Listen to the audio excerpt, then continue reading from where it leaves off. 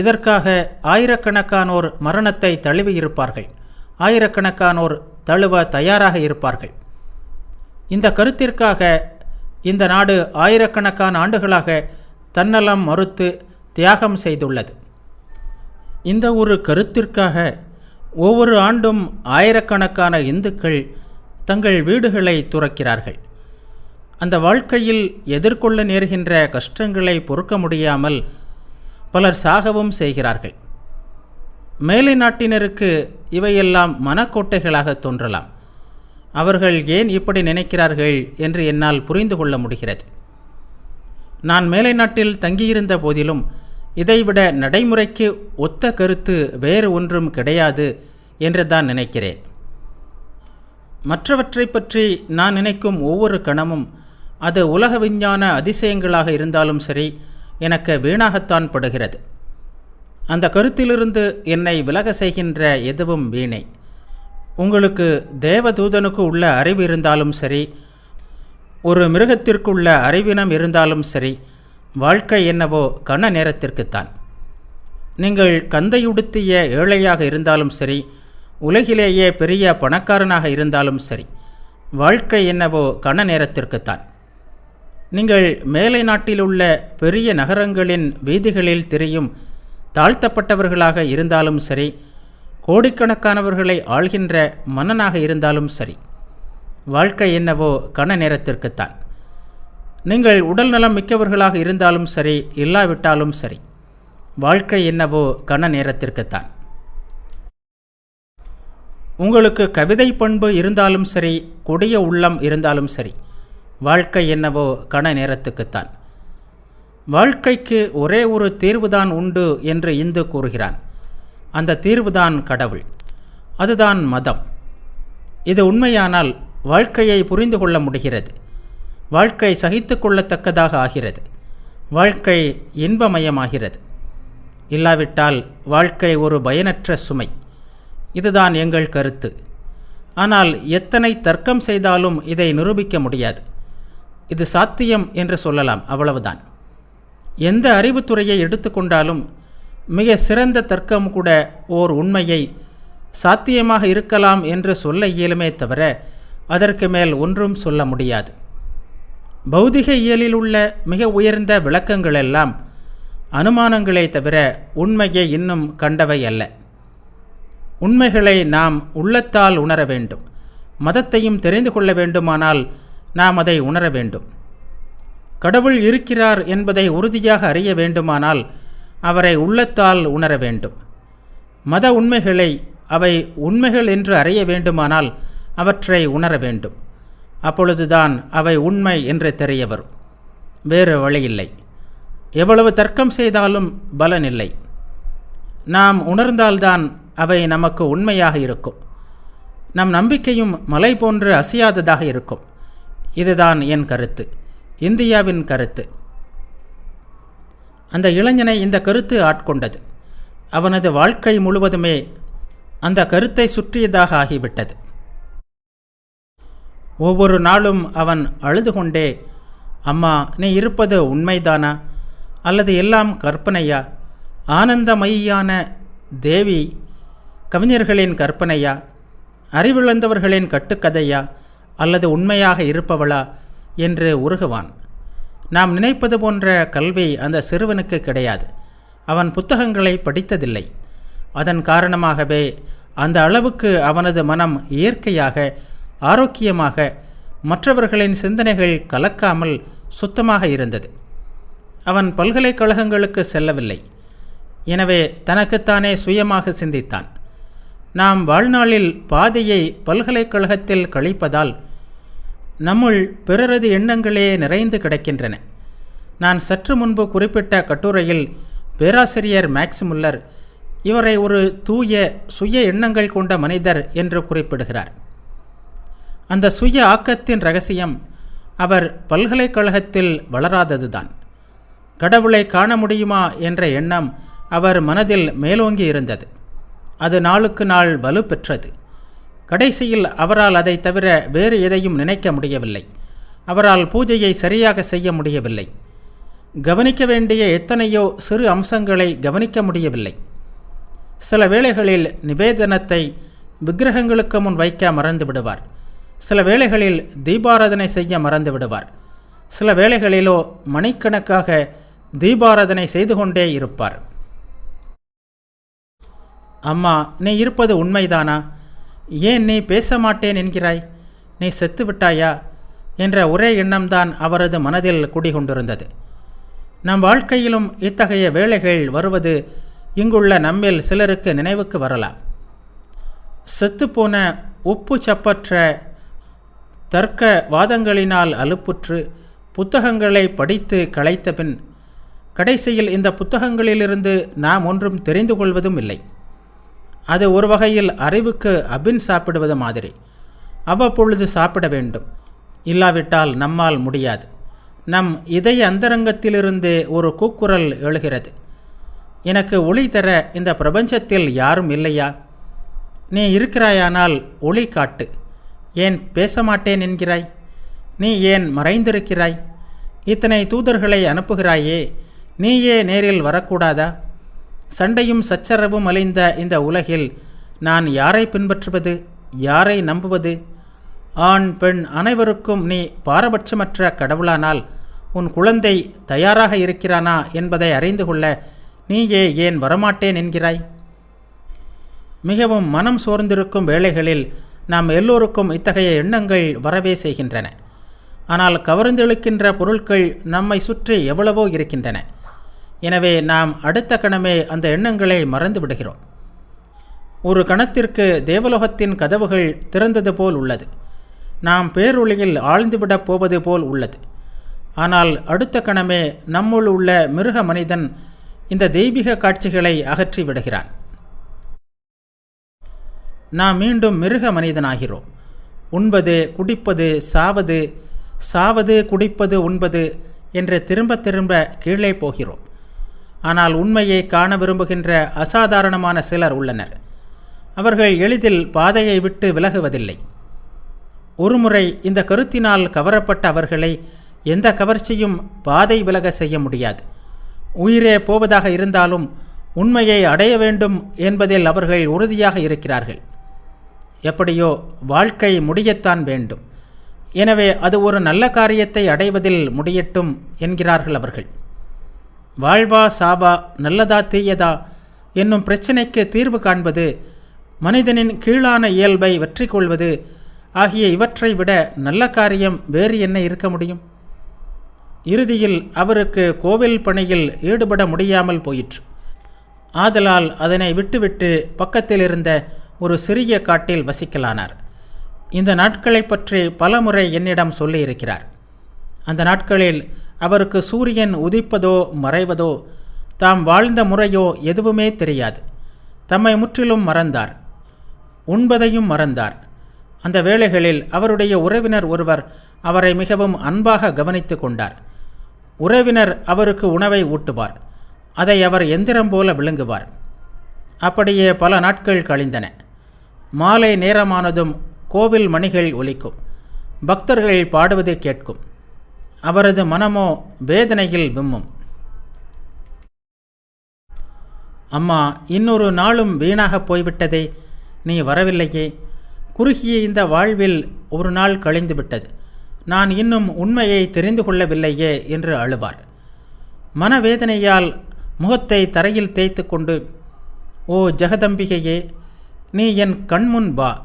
உன் திருக்காட்சியை தவிர எனக்கு வேறெதுவும் வேண்டாம் என்று அழுவார். உண்மையிலேயே தன் லட்சியத்திற்கு உண்மையாக நடந்து கொள்ள அவர் விரும்பினார். தேவிக்காக எல்லாவற்றையும் தியாகம் செய்யாமல் அவள் வரமாட்டாள் என்று கேள்விப்பட்டிருந்தார். தேவி எல்லோரிடமும் வரத்தான் ஆசைப்பட்டாள். ஆனால் மக்கள்தான் அவளை ஏற்பதற்கு பதிலாக சிறிய சிறிய விக்கிரகங்களை வழிபடுவதில் ஈடுபட்டிருந்தார்கள். தங்கள் ஆனந்தத்தை கோரினார்களே தவிர அவளை விரும்பவில்லை. வேறு எதையும் விரும்பாமல் தங்கள் இதய ஆழங்களிலிருந்து அவளை எப்போது விரும்புவார்களோ அந்த கணமே அவள் வருவாள் என்று கேள்விப்பட்டிருந்தார். இந்த கருத்தை மனதில் விடாப்பிடியாக கொண்டிருந்தார் அவர். பௌதிக தளத்தில் கூட சரியாக வாழ வேண்டுமென்று தீர்மானித்தார். தமக்கிருந்த சிறு சொத்தையும் உதறி எறிந்தார். பணத்தை தொடக்கூடாது என்று உறுதி கொண்டார். பணத்தை தொடமாட்டேன் என்ற கருத்து அவரது வாழ்வில் ஒரு பகுதியாகவே ஆகிவிட்டது. உங்களுக்கு இது ஏதோ மாயம் போல தோன்றலாம். பின்னாளிலும் அவர் தூங்கும்போது ஒரு காசை கொண்டு அவர் உடம்பை தொட்டால் அவரது கை உடனே வளைந்து போகும். முடக்குவாதம் போல் உடம்பு விரைத்துவிடும். காமம்தான் இன்னொரு எதிரி என்னும் எண்ணம் அவரது மனதில் தோன்றியது. மனிதன் ஓர் ஆன்மா. ஆன்மாவுக்கு பால் வேறுபாடு கிடையாது. ஆன்மா ஆணுமல்ல பெண்ணும் அல்ல. தாம் தேவியை காண்பதற்கு காமம், பண ஆசை இவை இரண்டும் தான் தடை என்று அவர் நினைத்தார். இந்த பிரபஞ்சமே தேவியின் வெளிப்பாடு. ஒவ்வொரு பெண்ணின் உடம்பிலும் அவள் இருக்கிறாள். ஒவ்வொரு பெண்ணும் பராசக்தியின் பிரதிநிதி. ஆகவே காம கருத்துடன் நான் எப்படி பெண்ணை பார்க்க முடியும்? இதுதான் கருத்து. ஒவ்வொரு பெண்ணும் அவருடைய அன்னை. ஒவ்வொரு பெண்ணிலும் அன்னையை பார்க்கும் நிலைக்கு தம்மை கொண்டு வர வேண்டுமென்று நினைத்தார். வாழ்க்கை முழுவதும் அப்படித்தான் வாழ்ந்தார். ஒவ்வொரு மனித உள்ளத்தையும் பற்றுகின்ற பயங்கர தாகம் இதுதான். பின்னாளில் அவரே என்னிடம் சொன்னார், மகனே, ஓர் அறையில் தங்கம் நிறைந்த பை இருக்கிறது. பக்கத்து அறையில் ஒரு திருடன் இருக்கிறான். அவனால் தூங்க முடியுமா? பக்கத்து அறையில் நுழைந்து அந்த தங்கத்தை எப்படி திருடுவது என்பதையே அவனது மனம் நினைத்து கொண்டிருக்கும். அதைப்போல் இந்த வெளித்தோற்றங்களுக்கு அப்பால் ஓர் உண்மை இருக்கிறது. ஒரு கடவுள் இருக்கிறார். அவருக்கு அழிவே கிடையாது. அவர் பேரானந்தமயமானவர். அவருடன் ஒப்பிடும்போது புலனின்பங்கள் வெறும் விளையாட்டுப் பொருட்கள் என்று நிச்சயமாக நம்புகின்ற ஒருவன் அந்த கடவுளை அடைவதற்காக போராடாமல் இருப்பானா? ஒரு நொடியாவது அவன் தன் முயற்சிகளை நிறுத்துவானா? மாட்டான். அந்த ஏக்கத்தால் அவன் பைத்தியமே ஆகிவிடுவான். இந்த தெய்வீக பித்து அவரை ஆட்கொண்டது. அப்போது அவருக்கு குரு இல்லை. எடுத்து சொல்ல யாரும் இல்லை. அவருக்கு மூளை குழம்பிவிட்டது என்று எல்லோரும் நினைத்தார்கள். இது சாதாரணமாக உலகில் நடப்பதுதான். ஒருவன் உலகின் பகட்டுகளை உதறி தள்ளினால் அவனை பைத்தியம் என்று அழைப்பார்கள். ஆனால் அத்தகையோர்தான் உலகின் சாரமாக இருக்கிறார்கள். இத்தகைய பைத்தியங்களிலிருந்துதான் உலகத்தை ஆட்டி வைத்த சக்திகள் எழுந்தன. இத்தகைய பைத்தியங்களிலிருந்துதான் உலகத்தை ஆட்டி வைக்கும் சக்திகள் எதிர்காலத்திலும் எழப்போகின்றன. ஆகவே உண்மையை அடைய அவரது உள்ளம் போராடியது. வாரங்கள், மாதங்கள் சென்றன. அவர் அற்புத காட்சிகளை காண ஆரம்பித்தார். அவருடைய இயல்பின் இரகசியங்கள் மெல்ல மெல்ல வெளிப்படத் தொடங்கின. ஒவ்வொரு திரையாக விலக ஆரம்பித்தது. தேவியே அவருக்கு குருவானாள். அவர் தேடிய உண்மைகளை சொல்லிக் கொடுத்தாள். இந்த வேளையில் மிக நன்கு கற்ற, மிக அழகிய ஒரு பெண் அவர் இருந்த இடத்திற்கு வந்தார். பின்னாளில் இந்த மகான் அவரை பற்றி சொல்லும்போது அவர் கற்றவர் அல்ல, ஆனால் கல்வியின் வடிவானவர், மனித உருவத்தில் உள்ள அறிவு அவர் என்று சொல்வார். இந்திய சமுதாயத்தின் தனித்தன்மையை நீங்கள் இங்கு பார்க்கலாம். ஒரு சராசரி இந்து பெண் மூழ்கியுள்ள அறியாமையிலிருந்து சுதந்திரமில்லாதவர்கள் என்று உங்கள் மேலை நாடுகள் கூறுகின்ற இந்து பெண்களிலிருந்து ஆன்மீகத்தில் உயர்ந்த ஒரு பெண்மணி தோன்றுவது ஆச்சரியம்தானே? அவர் ஒரு சன்னியாசினி. பெண்களும் உலகை துறந்தனர். சொத்தை உதறி தள்ளினர். திருமணம் செய்து கொள்ளாமல் இருந்தனர். இறை வழிபாட்டில் தங்கள் காலத்தை கழித்தனர். அவர் வந்தார். காட்டிலிருந்த இளைஞரை பற்றி கேள்விப்பட்டார். அவரை போய் பார்த்தார். அந்த இளைஞருக்கு கிடைத்த முதல் உதவி இவரிடமிருந்துதான். அவருடைய கஷ்டங்கள் என்னவென்று இவர் புரிந்து கொண்டு, மகனே, இம்மாதிரி பைத்தியம் பிடிப்பவர்கள் பாக்கியவான்கள். இந்த பிரபஞ்சமே பைத்தியம் பிடித்து அலைகிறது. சிலர் பொருளுக்காக, சிலர் இன்பத்திற்காக, இன்னும் பலர் நூற்றுக்கணக்கான விஷயங்களுக்காக, பொன்னிற்காக, கணவனுக்காக, மனைவிக்காக, சில அற்ப பொருட்களுக்காக, பிறர் மீது அதிகாரம் செலுத்துவதற்காக, பணக்காரன் ஆவதற்காக என்றெல்லாம் கடவுளை தவிர முட்டாள்தனமான ஒவ்வொன்றிற்கும் பைத்தியமாக இருக்கிறார்கள். அவர்களுடைய பைத்தியம்தான் அவர்களுக்கு புரிகிறது. யாராவது பொன்னிற்காக பைத்தியம் பிடித்து அலைந்தால் இவர்கள் அவனை ஆமோதிக்கிறார்கள். அவன் செய்வது சரி என்று சொல்கிறார்கள். ஏனெனில் உலகில் தாங்கள் மட்டுமே தெளிந்த புத்தி உடையவர்கள் என்றுதான் பைத்தியங்கள் நினைக்கின்றன. தன் அன்பருக்காக, தன் இறைவனுக்காக ஒருவன் பைத்தியமாக இருந்தால் அவர்களால் எப்படி புரிந்து கொள்ள முடியும்? அவனுக்கு பைத்தியம் என்று நினைக்கிறார்கள். அவனோடு ஒன்றும் வைத்துக்கொள்ளாதே என்கிறார்கள். அதனால்தான் அவர்கள் உன்னை பைத்தியம் என்று அழைக்கிறார்கள். ஆனால் உன்னுடையது சரியான பைத்தியம். கடவுளுக்காக பைத்தியமாக இருப்பவர்கள் பாக்கியவான்கள். இத்தகையோர் மிகவும் குறைவு என்று சொன்னார். இந்த சந்நியாசினி அவருடன் பல வருடங்கள் இருந்தார். இந்தியாவின் பல்வேறு நெறிகளை பற்றி அவருக்கு சொல்லிக் கொடுத்தார். யோக முறைகளை பயிற்றுவித்தார். அந்த ஆன்மீக பெருநதியை சமரசப்படுத்தி சரியான பாதையில் ஓட செய்தார். பிறகு அந்த தோட்டத்திற்கு ஒரு சந்நியாசி வந்தார். பிச்சை எடுத்துக்கொண்டே தெரிந்து கொண்டிருந்த இவர் நன்கு படித்தவர், தத்துவ ஞானி, லட்சியவாதி, ஒரு தனிப்போக்கு உடையவர். இந்த உலகம் உண்மை என்பதை அவர் நம்பவில்லை. அதை நிரூபிப்பதற்காக அவர் ஒரு கூரையின் கீழும் தங்க மாட்டார். வெயிலானாலும் மழையானாலும் திறந்த வெளியில்தான் இருப்பார். வேதங்களின் தத்துவங்களை அவர் அந்த இளைஞருக்கு சொல்லிக் கொடுக்க ஆரம்பித்தார். சீக்கிரம் அந்த சந்நியாசியே ஆச்சரியப்படும் வகையில் சீடன் பல விஷயங்களில் குருவையும் மிஞ்சிவிட்டார். அவர் பல மாதங்கள் அங்கிருந்து இளைஞருக்கு சந்நியாசம் கொடுத்தார். பிறகு சென்றார். இளைஞர் கோவிலில் அர்ச்சகராக இருந்தபோது செய்த அசாதாரணமான பூஜையை கண்டவர்கள் அவரை பைத்தியம் என்று முடிவு கட்டினர். உறவினர் அவரை வீட்டிற்கு அழைத்து சென்று ஒரு சிறுமியை அவருக்கு திருமணம் செய்து வைத்தார்கள். இதனால் அவரது மனம் தெளியும் என்று நினைத்தார்கள். ஆனால் அவர் திரும்பி வந்தபோதோ இன்னும் அதிக பித்தில் மூழ்கினார். எங்கள் நாட்டில் சிறு வயதிலேயே திருமணம் நடந்து விடுகிறது. இதில் பையன்களின் விருப்பம் ஒன்றுமில்லை. பெற்றோர்கள்தான் திருமணம் செய்து வைக்கிறார்கள். ஆனால் இத்தகைய திருமணங்கள் நிச்சயதார்த்தம் மாதிரிதான். திருமணத்திற்கு பிறகும் இருவரும் அவரவர் பெற்றோர் வீட்டிலேயே வசிக்கின்றனர். மனைவி வயதுக்கு வந்த பிறகுதான் உண்மையான திருமணம் நடக்கிறது. கணவன் சென்று மனைவியை வீட்டிற்கு அழைத்து வருவான். ஆனால் இந்த கணவனோ தனக்கு ஒரு மனைவி இருக்கிறாள் என்பதையே அடியோடு மறந்துவிட்டான். தொலைவில் தன் பெற்றோருடன் வசித்த அந்த பெண் தன் கணவர் மத விஷயங்களில் தீவிரமாக ஈடுபட்டுள்ளார் என்றும் சிலர் அவரை பைத்தியம் என்று நினைக்கிறார்கள் என்றும் கேள்விப்பட்டாள். தானே உண்மையை தெரிந்து கொள்ள வேண்டுமென்று அவள் விரும்பினாள். ஆகவே நடந்தே சென்று கணவன் இருந்த இடத்தை அடைந்தாள். கணவரின் முன் அவள் போய் நின்றதும் தனது வாழ்க்கையில் அவளுக்கு இருந்த பங்கை ஏற்றுக்கொண்டு அவளுக்கு உரிய இடமளித்தார் அந்த இளைஞர். இந்தியாவில் ஆணோ பெண்ணோ ஆன்மீக பாதையில் செல்ல முற்பட்டால் அவர்களுக்கு எல்லா பந்தபாசங்களும் இல்லை என்று ஆகிவிடுகின்றன. ஆனால் இந்த இளைஞரோ தம் மனைவியின் காலில் வீழ்ந்து தாமே ஒவ்வொரு பெண்ணிலும் குடியிருப்பதாக அன்னை பராசக்தி எனக்கு காட்டியிருக்கிறாள். ஆகவே எல்லா பெண்களையும் நான் அன்னையாகவே கருத கற்றுக்கொண்டு விட்டேன். உன்னை பற்றியும் அந்த ஒரு கருத்துதான் எனக்கு இருக்க முடியும். ஆனால் நான் உன்னை திருமணம் செய்துள்ளேன். நீ என்னை உலக பந்தத்தில் இழுக்க விரும்பினால் உன் சொற்படி கேட்கிறேன் என்றார். அந்த பெண் ஒரு புனிதவதி, மாட்சிமை பொருந்தியவள், கணவனின் நோக்கங்களை புரிந்து கொண்டு அதற்கு ஏற்ப நடந்து கொள்ள தெரிந்தவள். எனவே அவரிடம் அவரை உலக பந்தத்திற்கு இழுக்கும் நோக்கம் தனக்கு இல்லை என்றும் அவரது அருகிலிருந்து அவருக்கு சேவை செய்வதோடு அவரிடமிருந்து கற்றுக்கொள்ள விரும்புவதாகவும் சொன்னாள் அவள். அவரது மிக நெருங்கிய சிஷ்யை ஆனாள்.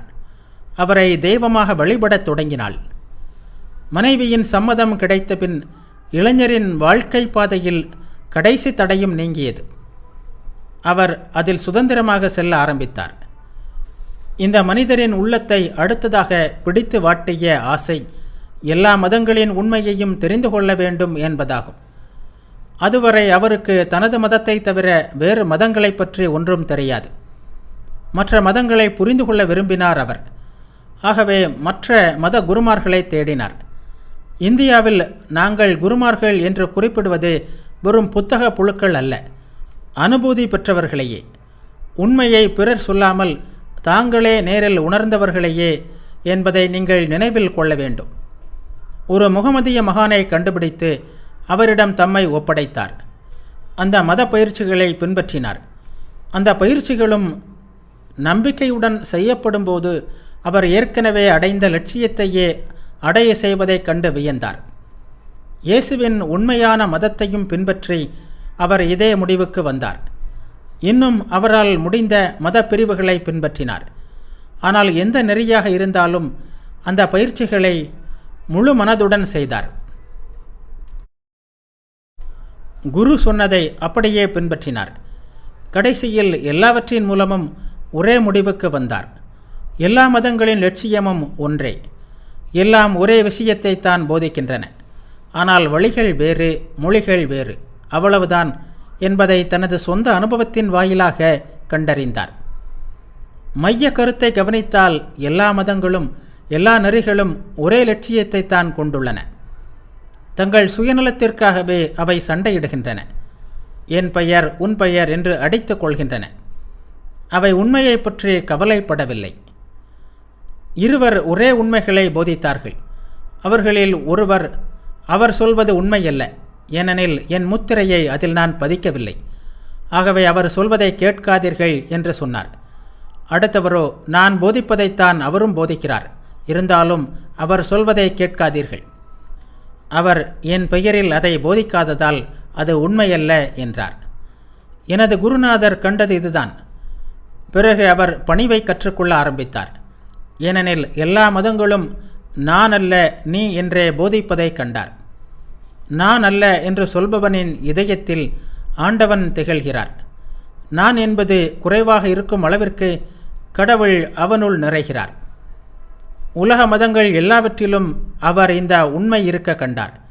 அதன்படி நடக்க முடிவு செய்தார். நான் முன்பே சொன்னது போல் எதையாவது செய்ய வேண்டுமென்று விரும்பினால் அவர் கோட்பாடுகளை படித்து கொண்டிருக்க மாட்டார். உடனே செயல்முறையில் இறங்கி விடுவார்.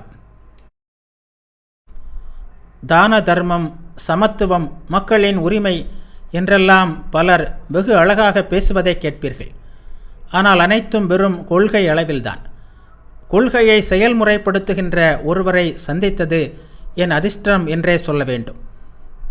தான் சரி என்று நினைத்த எதையும் உடனே செயலுக்கு கொண்டு வருவதற்கான அற்புத சக்தி அவரிடம் இருந்தது. அவர் இருந்த இடத்திற்கு பக்கத்தில் தாழ்ந்த குலத்தினன் ஒருவனது குடும்பம் இருந்தது. இந்தியா முழுவதிலும் உள்ள அந்த ஜாதியினரின் எண்ணிக்கை பல லட்சங்கள் இருக்கும். தன் வீட்டிலிருந்து வெளியே வருகின்ற ஒரு பிராமணன் அந்த ஜாதியை சேர்ந்த ஒருவனது முகத்தை பார்த்துவிட்டால் அன்று முழுவதும் அவன் பட்டினி கிடக்க வேண்டும், சில பிரார்த்தனைகளை செய்ய வேண்டும். அப்பொழுதுதான் அவன் பரிசுத்தமாக முடியும் என்று எங்கள் சில சாஸ்திரங்கள் கூறுகின்றன. அந்த அளவிற்கு தாழ்ந்தவன் அவன். சில இந்து நகரங்களில் அவன் உள்ளே நுழைந்தால் தான் இழிகுலத்தவன் என்பதை காட்டிக்கொள்ள தன் தலையில் ஒரு காக்கை இறகை வைத்து கொள்ள வேண்டும். உங்களை காத்துக்கொள்ளுங்கள், தெரு வழியாக இழிகுலத்தவன் நான் சென்று கொண்டிருக்கிறேன் என்று கத்த வேண்டும். உடனேயே மக்கள் ஏதோ மாயமாக நாலா பக்கங்களிலும் ஓடுவார்கள். தவறிப்போய் அவனை தொட்டுவிட்டால் இவர்கள் குளித்தாக வேண்டும், ஆடைகளை மாற்ற வேண்டும், இன்னும் பல காரியங்கள் செய்ய வேண்டும். அவர்கள் செய்வது சரி, தன்னை தொட்டால் அவர்கள் அசுத்தமாகி விடுவார்கள் என்றே ஆயிரக்கணக்கான வருடங்களாக அவனும் நம்பி வந்திருக்கிறான். எனது குருநாதரோ அத்தகைய ஒருவனின் வீட்டிற்கு சென்று அவனது வீட்டை சுத்தம் செய்ய தம்மை அனுமதிக்குமாறு கேட்பார். தெருக்களை சுத்தம் செய்வதும் வீடுகளை சுத்தம் செய்வதும் அவனது வேலை. வாசல் கதவு வழியாக அவன் உள்ளே நுழையக்கூடாது. கொல்லைப்புற கதவின் வழியாகத்தான் உள்ளே நுழைவான். அவன் சென்றதும் அவன் கால்பட்ட இடங்களிலெல்லாம் கங்கை நீர் தெளிக்கப்பட்டு சுத்தமாக்கப்படும். பிறப்பால் பிராமணன் பரிசுத்தமானவன், தாழ்ந்த குலத்தினன் அசுத்தமானவன் என்று கருதப்படுகிறது. இருந்தாலும் இந்த பிராமணர் அத்தகைய ஒருவனின் வீட்டை சுத்தம் செய்ய அனுமதி கேட்டார். அவன் அவரை அனுமதிக்க மறுத்தான். அப்படி அனுமதிப்பது பாவம், அதனால் அவன் அழிந்து விடுவான் என்பது அவனது நம்பிக்கை. ஆகவே நள்ளிரவில் எல்லோரும் தூங்கும் வேளையில் ஸ்ரீராமகிருஷ்ணர் அவனது வீட்டிற்கு செல்வார். அவருக்கு நீண்ட தலைமயிர் இருந்தது. அதனால் அந்த இடத்தை துடைத்து, ஓ என் தாயே, என்னை இந்த இழிகுலத்தவனின் வேலைக்காரன் ஆக்கு, நான் அவனை விட கீழானவன் என்று எண்ணுமாறு செய் என்று சொல்வார். என்னை வழிபடுபவர்கள்தான் என்னை சிறப்பாக வழிபடுகிறார்கள். அவர்கள் எல்லோரும் என் குழந்தைகள், அவர்களுக்கு தொண்டு செய்வது உன் தனிப்பெருமை என்று இந்து சாஸ்திரங்கள் கூறுகின்றன. அவர் இன்னும் எத்தனையோ விதமான சாதனைகள் செய்தார். அவற்றையெல்லாம் சொல்வதற்கு நேரம் போதாது. ஆகவே அவரது வாழ்க்கையின் சுருக்கத்தை மட்டும் கூறுகிறேன். பல வருடங்கள் அவர் இப்படி தம்மை ஆயத்தப்படுத்தி கொண்டார். அவர் செய்த சாதனைகளில் ஒன்று பால் வேறுபாட்டு உணர்வை அகற்றுவது. ஆன்மாவுக்கு பால் வேறுபாடு கிடையாது. அது ஆணும் அல்ல, பெண்ணும் அல்ல. பால் வேறுபாடு உடலில்தான் இருக்கிறது. ஆன்மாவை அடைய விரும்புபவன் பால் வேறுபாடுகளை பார்க்கக்கூடாது. ஆண் உடம்பில் பிறந்த இவர் எல்லாவற்றையும் பெண்ணாக பார்க்க விரும்பினார். தான் ஒரு பெண் என்று நினைக்க ஆரம்பித்தார். பெண்களைப் போல் உடை உடுத்தார், பெண்களைப் போல் பேசினார், ஆண்கள் செய்யும் வேலைகளை விட்டார். ஒரு நல்ல குடும்பத்தில் பெண்களுடனேயே வசிக்க ஆரம்பித்தார். பல வருட பயிற்சியின் காரணமாக அவரது மனம் மாறியது. பால் வேறுபாட்டை அவர் மறந்தார். வாழ்க்கையை பற்றிய அவரது கண்ணோட்டம் முற்றிலும் மாறியது. மேலை நாட்டில் பெண்களை வழிபடுவது பற்றிய கேள்விப்படுகிறோம். ஆனால் அது பொதுவாக அவளது இளமைக்காகவும் அழகுக்காகவும் தான். ஆனால் இந்த மனிதருக்கோ பெண்ணை வழிபடுவது என்பது எல்லா பெண்களின் முகங்களையும் ஆனந்தமயமான தேவியின் முகமாக காண்பதுதான், வேறு எதுவும் அல்ல. சமுதாயம் மதிக்காத பெண்களின் காலில் வீழ்ந்து கண்ணீருடன், அம்மா, ஓர் உருவத்தில் நீ விலைமகளாக இருக்கிறாய், இன்னொரு வடிவத்தில் நீயே பிரபஞ்சமாக இருக்கிறாய், உன்னை வணங்குகிறேன் அம்மா, உன்னை வணங்குகிறேன் என்று அவர் சொல்வதை நானே பார்த்திருக்கிறேன். காமம் முற்றிலும் நீங்கிய அந்த வாழ்க்கை எத்தனை சிறப்பு வாய்ந்தது என்பதை நினைத்து பாருங்கள். ஒவ்வொரு பெண்ணின் முகத்தையும் அவர் அன்புடனும் மரியாதையுடனும் பார்க்க முடிந்தது. ஏனெனில் பெண்ணின் முகம் உருமாறி அந்த உலக நாயகியான, தெய்வீக அன்னையான, ஆனந்த மையான, மனித குலத்தை காப்பவளான தேவியின் திருமுகமே அவருக்கு தெரிந்தது. இதுதான் நமக்கு தேவை. பெண்ணின் தெய்வீகத்தை நாம் ஏமாற்ற முடியுமா? இதுவரை முடியவில்லை, இனியும் முடியாது. அது எப்போதும் உறுதியாக இருக்கிறது. தவறாமல் அது போலியை கண்டுபிடித்து விடுகிறது, அயோக்கியத்தனத்தை கண்டுபிடித்து விடுகிறது. உண்மையின் இதத்தை, ஆன்மீகத்தின் ஒளியை, தூய்மையின் புனிதத்தை உணர்ந்து கொள்கிறது. உண்மையான ஆன்மீகத்தை அடைய வேண்டுமானால் இந்த தூய்மை நிச்சயமாக தேவை. இந்த கடுமையான அப்பொழுக்கற்ற தூய்மை அவரது வாழ்க்கையில் ஏற்பட்டது. நாம் வாழ்க்கையில் அனுபவிக்கும் போராட்டங்களை எல்லாம் அவர் அனுபவித்து முடித்தார். வாழ்க்கையில் 3/4 பங்கை செலவிட்டு அவர் பாடுபட்டு தேடிய ஆன்மீக செல்வங்கள் மனித குலத்திற்கு கொடுக்க தயாராக இருந்தன. அவரது பணி தொடங்கியது. அவரது போதனையும் பிரச்சாரமும் ஒரு தனிவிதமாக இருந்தன. எங்கள் நாட்டில் குரு மிகவும் கௌரவமாக கருதப்படுகிறார். அவர் கடவுளாகவே போற்றப்படுகிறார். பெற்றோருக்கு கூட நாங்கள் அவ்வளவு மரியாதை அளிப்பதில்லை. பெற்றோர் நமக்கு உடம்பைத்தான் கொடுத்தார்கள், குருவோ முக்திக்கு வழிகாட்டுகிறார். நாங்கள் குருவின் குழந்தைகள். நாங்கள் அவரது ஆன்மீக பரம்பரையில் பிறந்துள்ளோம். மிக சிறந்த குரு இருந்தால் அவருக்கு மரியாதை செய்ய எல்லா இந்துக்களும் சூழ்ந்து கொள்வார்கள். ஆனால் இந்த குருவிற்கோ தாம் ஒரு பெரிய குரு என்றோ எல்லோரும் தமக்கு மரியாதை செய்ய வேண்டுமென்றோ எந்த எண்ணமும் கிடையாது. எல்லாம் தேவிதான் செய்கிறாள் என்பது அவரது எண்ணம். என் வாயிலிருந்து ஏதாவது நல்லது வந்தால் தேவிதான் பேசுகிறாள், அதோடு எனக்கு என்ன சம்பந்தம் என்றே அவர் எப்போதும் சொல்வார். தமது பணியை பற்றி அவருக்கு இருந்த ஒரே கருத்து இதுதான். இறுதி வரை அவர் இந்த கருத்தை விடவில்லை. அவர் யாரையும் தேடவில்லை. முதலில் நல்ல குணத்தை உருவாக்கிக்கொள், முதலில் ஆன்மீகத்தை தேடிக்கொள், பலன்கள் தாமாகவே வரும் என்பது அவரது கொள்கை. தாமரை மலர்ந்தால் தேனை தேடிக்கொண்டு தேனீக்கள் தாமே வரும். உன் நல்ல குணம் என்னும் தாமரை மலரட்டும், பலன்கள் தாமாகவே வரும் என்பது அவர் வழக்கமாக சொல்கின்ற ஓர் உதாரணம். இது கற்றுக்கொள்ள வேண்டிய நல்ல படிப்பினை.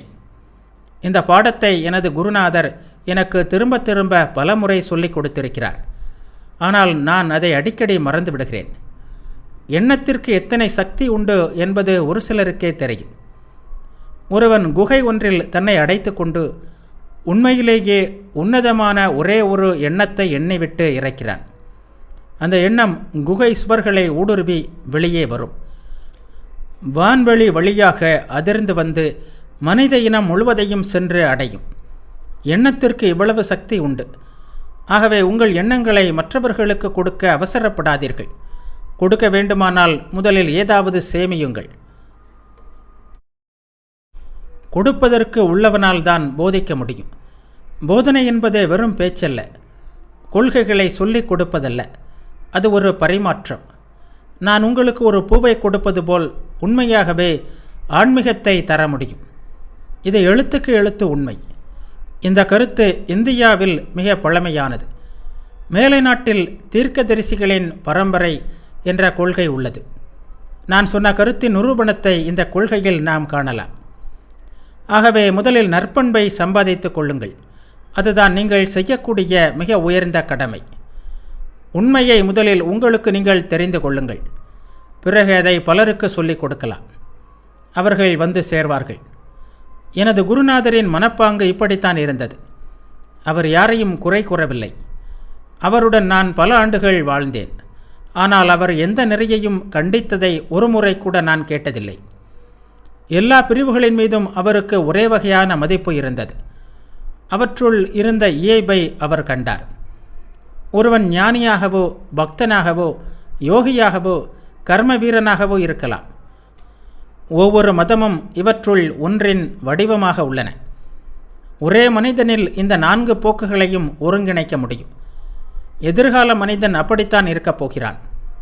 அவர் யாரையும் கண்டிக்கவில்லை. எல்லோரிடமும் நல்லதைத்தான் கண்டார். இந்த அற்புத மனிதரை காணவும் கேட்கவும் மக்கள் ஆயிரக்கணக்கில் வந்தார்கள். அவர் கொச்சை மொழியில்தான் பேசினார். ஆனால் ஒவ்வொரு சொல்லும் ஆணைத்தரமாக இருந்தது. பேரொளி நிறைய பெற்றதாக இருந்தது. என்ன பேசுகிறோம் என்பது முக்கியமல்ல, எந்த மொழியில் பேசுகிறோம் என்பது பற்றிய கேள்வியே கிடையாது. பேசுபவரின் ஆளுமையே முக்கியம். ஆளுமையே ஒருவர் பேசுகின்ற ஒவ்வொன்றிலும் உறைந்து அதற்கு மதிப்பை அளிக்கிறது.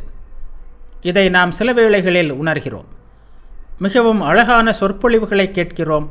நல்ல தர்க்க ரீதியில் அமைந்த உரைகளை கேட்கிறோம். ஆனால் வீடு திரும்பியதும் எல்லாவற்றையும் மறந்து விடுகிறோம். சில வேளைகளில் மிக எளிய மொழியில் பேசப்பட்ட ஓரிரு வார்த்தைகளை கேட்கிறோம். அவை நம் வாழ்க்கையில் புகுகின்றன, நம்மில் ஒன்றாகி விடுகின்றன, நிரந்தர பலன்களை உண்டாக்குகின்றன. பேசுபவர் தாம் பேசுகின்ற சொற்களில் தமது ஆளுமையை கலக்க முடியுமானால் அவற்றிற்கு பலன் உண்டு. ஆனால் அவர் மகோன்னதமான ஆளுமை படைத்தவராக இருக்க வேண்டும். போதனை என்பது கொடுப்பதும் எடுப்பதும் ஆகும். குரு கொடுக்கிறார், சீடர் பெறுகிறார்.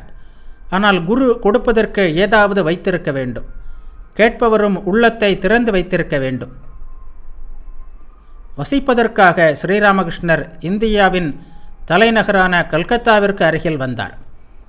நாட்டின் முக்கியமான பல்கலைக்கழகங்கள் அங்குதான் இருந்தன. நூற்றுக்கணக்கில் சந்தேகவாதிகளும் உலகாயதர்களும் ஆண்டுதோறும் அங்கிருந்துதான் வெளிவந்து கொண்டிருந்தனர். சந்தேகவாதிகளாக ஆக்ஞேயவாதிகளாக இருந்தாலும் அவர்களுள் பலர் இவர் பேசுவதை கேட்க வருவது வழக்கம். நானும் இவரை பற்றி கேள்விப்பட்டு அவரை காண சென்றேன். பார்ப்பதற்கு அவர் மிகவும் சாதாரணமாகத்தான் இருந்தார். பெரிதாக எந்த சிறப்பும் அவரிடம் தென்படவில்லை. பேச்சும் மிக எளிய மொழியில்தான் இருந்தது. இவர் பெரிய ஆச்சாரியராக எடுக்க முடியுமா என்று கூட நான் நினைத்தேன். அவரிடம் சென்று நான் பலரையும் கேட்டு வந்த கேள்வியை கேட்டேன். ஐயா, நீங்கள் கடவுளை நம்புகிறீர்களா? ஆம் என்று அவர் பதில் சொன்னார். அதை உங்களால் நிரூபிக்க முடியுமா என்று நான் கேட்டேன். முடியும் என்றார் அவர். எப்படி என்று நான் கேட்டேன். எப்படியென்றால், உன்னை பார்ப்பது போலவே அவரை நான் பார்க்கிறேன், இன்னும் தெளிவாக காண்கிறேன் என்றார் அவர். அவர் கூறிய பதில் என் மனதில் பதிந்தது. கடவுளை பார்க்கிறேன், மத உண்மைகளை நாம் உணர முடியும், உலகை நாம் நம் புலன்களால் அறிவதை விட இன்னும் தெளிவாக அவற்றை அறியலாம் என்று துணிந்து சொல்லக்கூடிய ஒருவரை என் வாழ்க்கையில் முதன்முறையாக கண்டேன். தினமும் அவரை பார்க்க செல்ல ஆரம்பித்தேன். ஆன்மீக உணர்வை பிறருக்கு கொடுக்க முடியும் என்பதை அறிந்தேன். ஒரு ஸ்பரிசம், ஒரு பார்வை போதும், வாழ்க்கை அப்படியே மாறிவிடும். புத்தர், கிறிஸ்து, முகமது என்னும் பல பழைய மகான்களை பற்றி நான் படித்திருக்கிறேன். அவர்கள் நீ நிறைநிலையை அடைவாய் என்று சொல்வார்கள். அது அப்படியே நடக்கும். அது முழு உண்மை என்று நான் இப்போது கண்டேன். இந்த மனிதரை பார்த்த பிறகு எனது அவநம்பிக்கைகள் எல்லாம் மறைந்தன. இதை செய்ய முடியும். உலகின் மற்ற எல்லா பொருட்களையும் விட ஆன்மீக உணர்வை கண்கூடாக ஒருவருக்கு கொடுக்க முடியும், பெற முடியும் என்று சொல்வார் எனது குருநாதர். முதலில் ஆன்மீகத்தை பெறுங்கள். கொடுக்க ஏதாவது வைத்து கொள்ளுங்கள். பிறகு உலகின் முன் நின்று அதை கொடுங்கள். மதம் என்பது பேச்சல்ல, கொள்கைகள் அல்ல, தத்துவ விளக்கம் அல்ல, பிரிவினைவாதம் அல்ல. பிரிவுகளிலும் குழுக்களிலும் மதம் வாழ முடியாது. அது ஆன்மாவுக்கும் கடவுளுக்கும் உள்ள தொடர்பு. அதை எப்படி ஒரு சங்கமாக அமைக்க முடியும்? அமைத்தால் அது வியாபாரம் என்ற நிலைக்கு இறங்கிவிடும். மதத்தில் வியாபாரமும் வியாபார கோட்பாடுகளும் நுழைந்தால் ஆன்மீகம் அழிந்துவிடும். கோவில்களை கட்டுவதோ, சர்ச்சுகளை அமைப்பதோ, பொது பிரார்த்தனைகளில் கலந்து கொள்வதோ மதமாகாது. அதை நூல்களிலோ, சொற்களிலோ, சொற்பொழிவுகளிலோ, நிறுவனங்களிலோ காண முடியாது. மதம் என்றால் அனுபூதி. நாமே உண்மையை உணராமல் நமக்கு எதுவும் திருப்தி தராது.